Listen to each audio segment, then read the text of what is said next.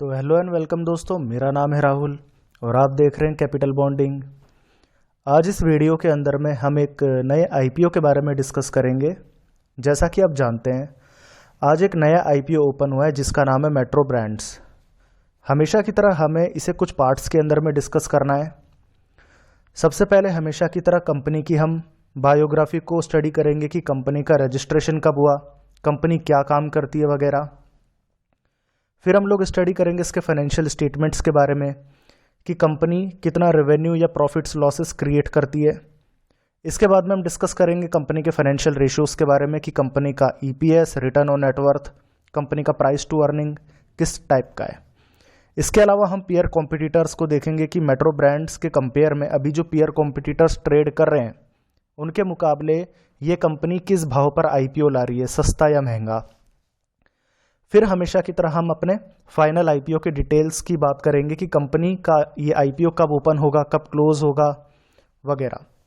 तो चलिए हम स्टार्ट करते हैं कंपनी के डिस्क्रिप्शन से।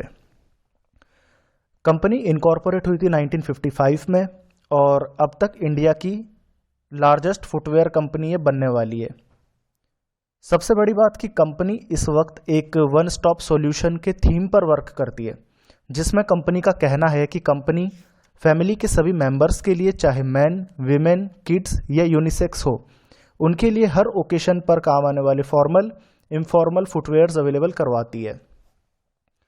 फुटवेयर के अलावा कंपनी कुछ और भी प्रोडक्ट्स के अंदर में कैटर करती है, जैसे बेल्ट्स, बैग्स, सॉक्स, मास्क और वॉलेट्स।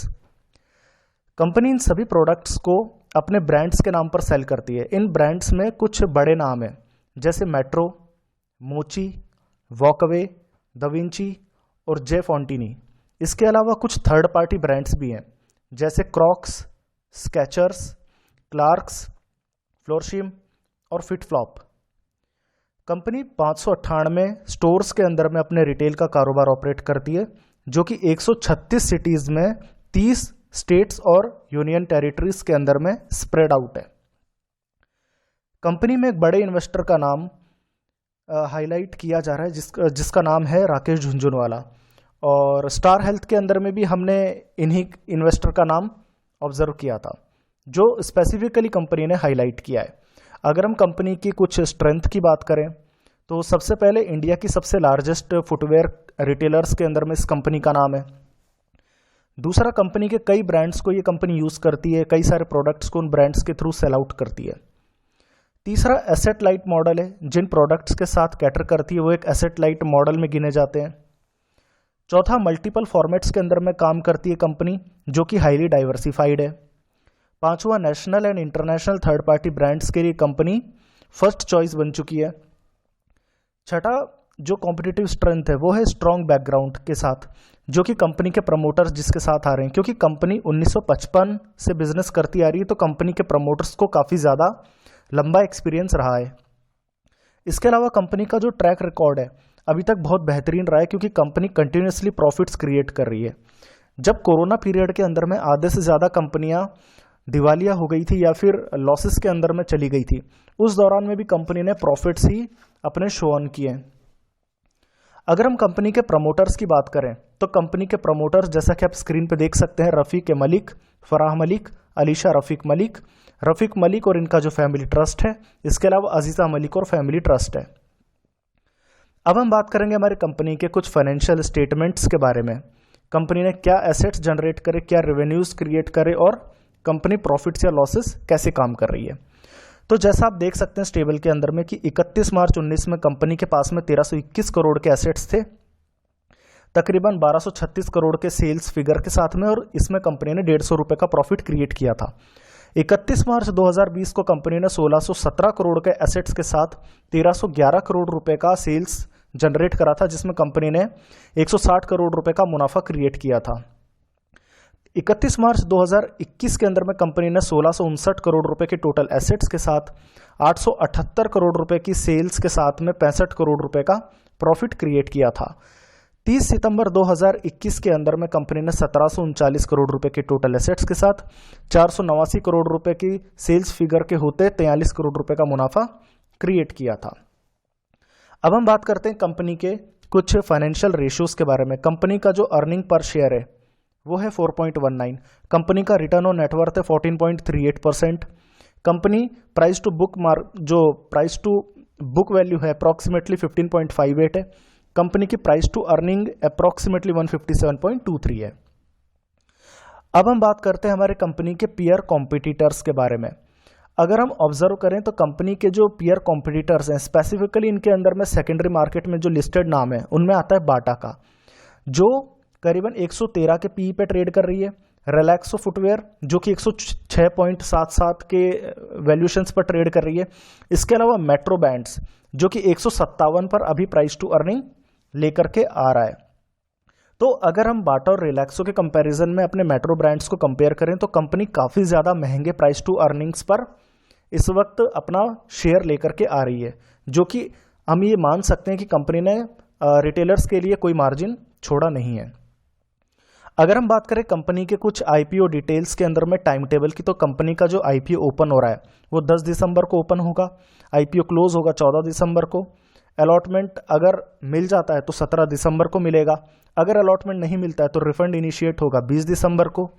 अगर शेयर्स क्रेडिट होते हैं तो 21 दिसंबर को शेयर्स डीमैट में क्रेडिट हो जाएंगे। इसके अलावा 22 दिसंबर को कंपनी की लिस्टिंग हो जाएगी। अगर हम समझें इसको तो आईपीओ ओपन हुआ 10 दिसंबर, आईपीओ क्लोजिंग 14 दिसंबर। जो इशू टाइप है ये पूरी तरीके से बुक बिल्डिंग के थ्रू कंपनी अपना फंड रेज करेगी। कंपनी की जो फेस वैल्यू है, मिनिमम वैल्यू, वो 5 रुपये रहेगी हर एक शेयर पर। इसके अलावा कंपनी का जो प्राइस बैंड है वो 485 से 500 रुपये के आसपास रहेगा। कंपनी हर एक लॉट के अंदर में 30 शेयर्स इशू करेगी। लिस्टिंग होगी बीएसई और एनएसई में। अगर हम कंपनी के इश्यू साइज को समझें तो कंपनी इस वक्त तकरीबन 1367 करोड़ रुपए का फंड रेस करने की फिराक में आ रही है। इसके अंदर में से कंपनी फ्रेश इशू के जरिए तकरीबन 300 करोड़ रुपए का फंड रेस करेगी और ऑफर फॉर सेल यानी कि कंपनी के जो प्रमोटर्स है वो अपनी इक्विटी को डाइल्यूट करेंगे अप्रॉक्सीमेटली 1072 करोड़ रुपए में।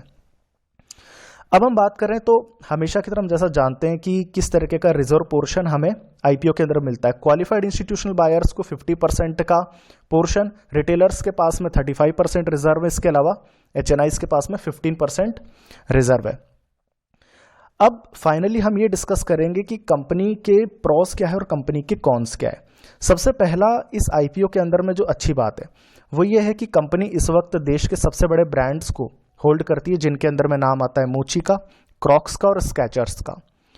दूसरा सबसे बड़ा जो कंपनी के लिए प्लस पॉइंट है वो ये है कि कंपनी ने अभी तक एक भी क्वार्टर के अंदर में लॉस क्रिएट नहीं किया है। यहाँ तक कि जब कोरोना पीरियड चल रहा था उसके अंदर में भी कंपनी ने काफ़ी अच्छा मुनाफा जनरेट करा है, जो ऑब्वियसली शेयर होल्डर्स के लिए एक कॉन्फिडेंस क्रिएट करती है। पर अगर हम कंपनी के कुछ कॉन्स और डिसएडवांटेजेस की बात करें तो कंपनी का जो इशू साइज है वो अप्रॉक्सीमेटली 1370 करोड़ रुपए का है, जिसके अंदर में से कंपनी फ्रेश इशू सिर्फ 300 करोड़ रुपए का लेकर के आ रही है, जबकि 1070 करोड़ रुपए में कंपनी के जो प्रमोटर्स है वो अपनी इक्विटी को बेच करके निकल रहे हैं। ये कंपनी के लिए पहला नेगेटिव है। कंपनी के लिए दूसरा नेगेटिव है कि कंपनी तकरीबन 150 के प्राइस टू अर्निंग्स पर काम कर रही है, जो कि बहुत ज़्यादा महंगा, और कंपनी ने मार्जिन इस वक्त शेयर होल्डर्स, रिटेलर्स के लिए बिल्कुल भी नहीं छोड़ा है। यानी कि जो अगर आईपीओ के अंदर में हम अप्लाई कर भी दें तो इमीडिएट जो प्रॉफिट्स मिलते हैं उनके लिए कंपनी ने काफ़ी कम गैप रखा है। तीसरा, जो एंकर इन्वेस्टर्स की बुक के अंदर में जो प्रीमियम हमें नज़र आ रहा है वो अप्रॉक्सीमेटली 11% है। यानी कि इस वक्त जो आईपीओ आ रहा है ये काफ़ी ज़्यादा महंगे वैल्यूशंस पे आ रहा है। तो फाइनली अब इस कंपनी के अंदर में क्या करने का हम डिसाइड करेंगे वो ये है कि अगर हम कंपनी के अंदर में इंस्टेंट रिटर्न्स चाहते हैं कि आईपीओ अगर तुरंत आए और तुरंत अगर हम लोगों को बेचना है, तो इसके लिए आंसर होगा ना।